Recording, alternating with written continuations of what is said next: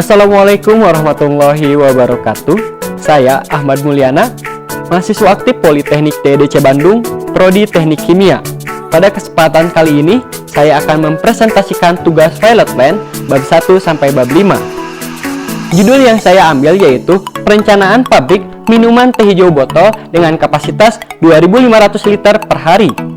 Bab 1 membahas mengenai latar belakang.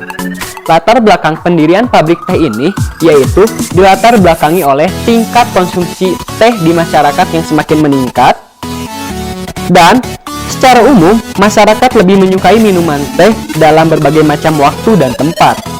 Hal tersebut menyebabkan produksi minuman teh berpotensi untuk dikembangkan lebih lanjut bagi industri pangan, sehingga diharapkan akan menghasilkan variasi minuman teh yang dapat diterima oleh masyarakat.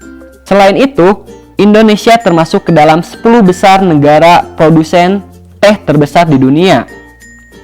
5 provinsi terbesar produsen teh di Indonesia, yaitu salah satunya Jawa Barat.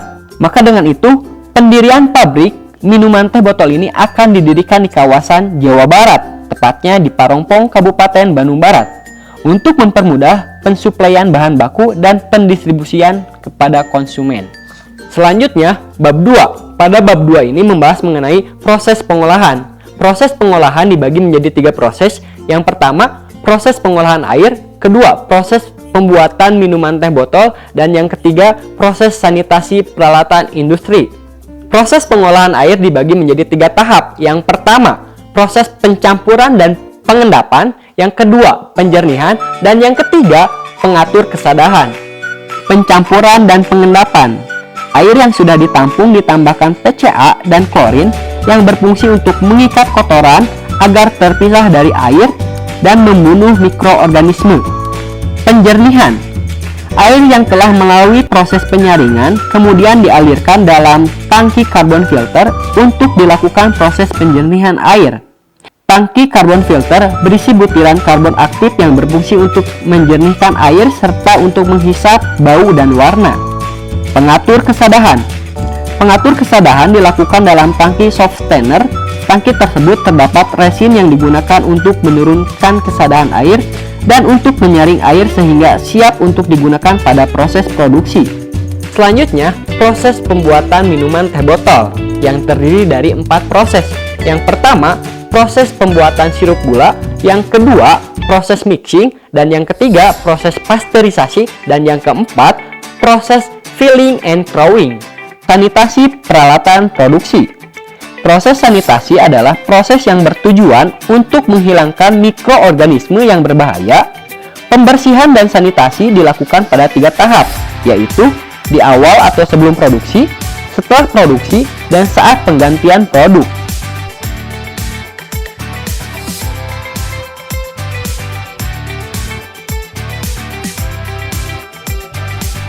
Lanjut ke bab 3. Pada bab 3 akan membahas mengenai spesifikasi bahan. Untuk bahan baku dalam proses pembuatan minuman teh hijau botol yaitu ada gula, ada teh hijau kering, dan ada air. Teh hijau kering. Teh hijau kering merupakan salah satu teh yang memiliki kandungan antioksida paling tinggi dibanding dengan jenis teh lainnya. Untuk menjaga mutu yang dihasilkan, teh hijau kering yang digunakan adalah teh hijau yang berkualitas tinggi sesuai dengan standar perusahaan. Air. Air dalam proses ini memiliki peranan yang sangat penting karena berpengaruh pada hasil mutu olahan. Air yang digunakan dalam proses pengolahan pangan adalah air bersih dengan kualitas yang telah melalui proses water treatment. Fungsi air adalah air melarutkan garam, menahan, dan menyebarkan bahan-bahan secara menyeluruh pada proses produksi berlangsung. Gula pasir. Gula yang digunakan dalam proses pengolahan adalah gula rafinasi. Gula rafinasi berasal dari tebu yang sudah dipisahkan dari zat-zat lainnya, seperti senyawa fenolik, melanoidin, karamel, dan produk degradasi gula invert. Kelebihan dari gula rafinasi yaitu warna lebih bening, putih natural, dan tidak banyak kotoran dibanding gula pasir pada umumnya. Sekarang kita masuk ke bab 4. Pada bab 4 ini membahas mengenai diagram alir. Untuk penjelasan diagram alir sudah dijelaskan di bab sebelumnya.